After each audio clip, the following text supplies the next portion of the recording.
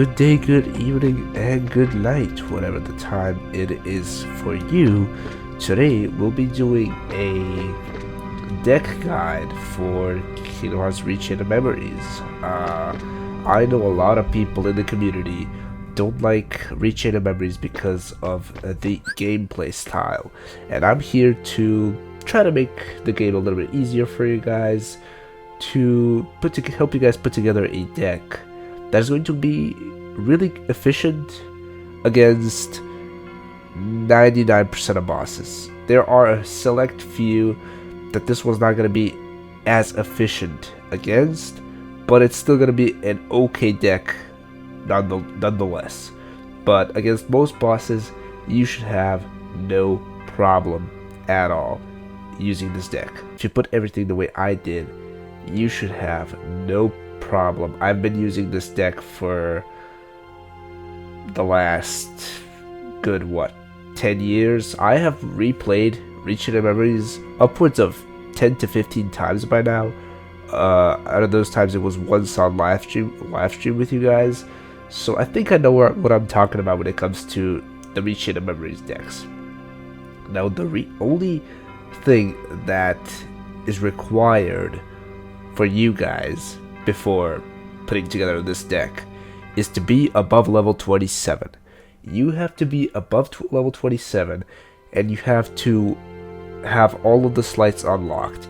Every time you level up and you get the option to learn a new slight, you have to do it. Of course, actually another requirement, which I didn't think of right away, is you're supposed to have your CP only upgraded. Do not upgrade your HP. I repeat, do not. Do not touch me. All right, look, not touching. Kate, not touching here. Upgrade your HP, upgrade only CP, and learn new slides when that is a possibility. Okay, now that we got that out of the way, you're supposed to be level 27 plus. Now, you should be, if on an average playthrough, you should be level 27 by the time you get through the first world of your second set of cards. So it's in a basic order, it's Atlantica. So you should be done with either done with the first world on the second set of cards you get from I believe you get it from Larxene, I think. And you should be done with the first world out of that set, or maybe you should be somewhere in the middle of the second world of that set by the time you get to level 27. I know it's a little bit confusing, but I tried my best to explain it somewhere, like estimate. That's usually where I was when I got to level 27, so that's pretty much gonna be pretty much the same for you. It depends on how many fights you get into and all that, but it's generally around that area, sort of. Now let's get to the deck itself. So with the deck, what you need, first of all, you need a specific slight. Now if I go to status and I go here right where their slights are, I go to Sonic Blade. This is what you need. So if you look at this, you need 3 attack cards of different types. So on screen you have the Kingdom Key, 3 Wishes, and the Crab Claw, I believe. And the value has to be either 20 to 23. That's very important. You need that for this slight. And now if you go to your deck, you need to have a bunch of different varieties of attack cards, and you have to have high level ones. How you get them is, the best way to get those is through the Moogle room, or maybe drops, but in drops you generally, it's all randomized, so it's not a really high chance that you get high level cards. But anything, generally you're looking for anything that's like a 5 or above. I would recommend having that. Everything else lower than that is, I mean, you can get away with like 2 and 2 9s for one Sonic Blade, but I would recommend having the highest possible. So my recommendation would be always to have like some like 6s, 7s, 8s, 5s, maybe That's what I would do, and that's what I tried to do here. So here I have 1, 2, 3, 4, 5, 6, 7, 8, 7 Sonic Blades. Now, this might be a little bit too much, if I'm being honest. You could be just fine with having like 5 Sonic Blades, but don't get me wrong, the more you have, the better. Don't think that less is more in this situation. The more Sonic Blades you have, the better your deck will be. Sonic Blade is an extremely easy to use sleight, it's extremely powerful, and your enemies in most situations will not even be able to touch you. That's the reason why you need a lot of CP for these cards, because these are all high level cards.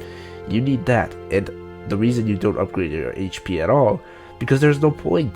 There is literally no point. Your enemies, if you stack a bunch of Sonic Blades, they will not be able to touch you.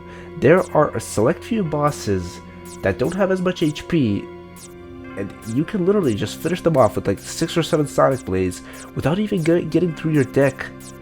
That's how good this is. And now, aside from Sonic Blades, you're gonna need some other stuff. You can't just you just can't. It's not possible for you to just stack like 15 Sonic Blades. I mean, maybe it is, but I've never seen that, and I never did that. But yeah, if you stack a good 5 to 7, maybe I wouldn't go more than that. 5 to 7 Sonic Blades would be ideal. So what you need is, again, 3 different type attack cards, 3 different keychains, whatever. You need value of 20 to 23, I'm sorry, and I would recommend again having like 5 to 7 Sonic Blades. The next phase of the deck, that was the first phase. The second phase of the deck is Blizzaga, and I mean like 2 or 3. The optimal would be like 3 or maybe 4 Blizzagas if you can. The higher level, the better. That's obvious. That's pretty much it. I would stack like 3 or 4. In my opinion, would be identical. The identical amount for Blizzagas, but I have 3 here, and that's just fine. It's not like you're gonna need a lot more than that. In a case where you're fighting like Blizzard enemies, for example, Vexen, in Castle Oblivion or Twilight Town, you just take out these Blizzard cards so that you can't heal them, and you just stack a bunch of fires instead of them if you have some. So that's pretty much the same thing works for the Axel fights. So that's pretty much it. Fire, I have only 2 here. I would love if I had like 3. If I could stack like another one, I'd love that, but unfortunately I don't think I have right now. But the ideal, in my opinion, would be 3 Blizzagas and 3 Firagas. Even 4 Blizzagas and 4 Firagas would be even better, but 3 is just fine. It's gonna be okay. You're not gonna have trouble. The next phase is also really, really important. This is probably the most crucial part of the deck, in my opinion. You have a Cura, not a Curaga, a Cura. 2 Cure cards, and instead of the elixir, if you don't have the elixir yet, you get that from the 100 Acre Wood. But if you don't have the elixir yet, what you can do is put a high potion instead of the elixir. By the time you get to Sonic Blade, you already have high potions, don't worry about that. If you don't, just go to a Moogle room, it's not that hard. But you put a high potion instead of this elixir that I have here, and later on, when you get the elixir, you put the elixir right here instead of the high potion. That way, you have the high potion and then an ether or a mega ether. Specifically, a mega ether would be the best. But if you don't have that, an ether is just a couple ethers, or maybe 1 is going to do the job. It's not going to be too bad. Just so that you can, even though you're probably not going to end up using the ethers, but it's good to have them for backup. In this scenario, right here, what you do after the Cura High Potion, or even better, Cura Elixir combo, you get right back to Sonic Blade. You get to spam another 5 to 7 Sonic Blades, or however much you put in there, in another rotation of those. And by the time that's finished, there's a high chance that the boss you're fighting is gonna be dead. I'm talking bosses like Riku Replica, Vexen, Axel, maybe Lark Scene. Who else is there that's maybe tricky? out of those, I think that those are like the hardest ones, especially the second Larxene fight. I can tell you that gave me some trouble back in the day when I didn't really use this strategy. But after I realized how efficient this is, that fight was just pretty much a joke. But that's pretty much that for this section of the deck. Later on, when you get the elixir, I also want to mention, I would still, like I did here, I would still have a high potion and a mega ether just in case things go bad, just in case I need them for backup. You won't end up using this for most of the time, but I really advise you, if you have the CP and if you have the cards, have a couple of these as a backup, just in case. You never know. And also, the last part that I would want you guys to pay attention to is have 2, or maybe even ideally 2 or maybe 3 zeros. You're not going to need more. This is something I like to have at the bottom of my deck, just in case the enemy has some sort of very high level sleight or move that can kill you really easily. This is why I like to have these. It doesn't matter which cards they are. It can be a summon, it can be a magic card, like a fire, I put that here. It can be a random Keyblade card. It doesn't matter. It's specifically meant to be a 0, so that you have it at the bottom of your deck. And if you're in a situation where you need to break the enemy really fast and avoid them killing you, you just go to the bottom of the deck, you play one of these sort of safe zeros, how I like to call them, the first aid zeros or whatever.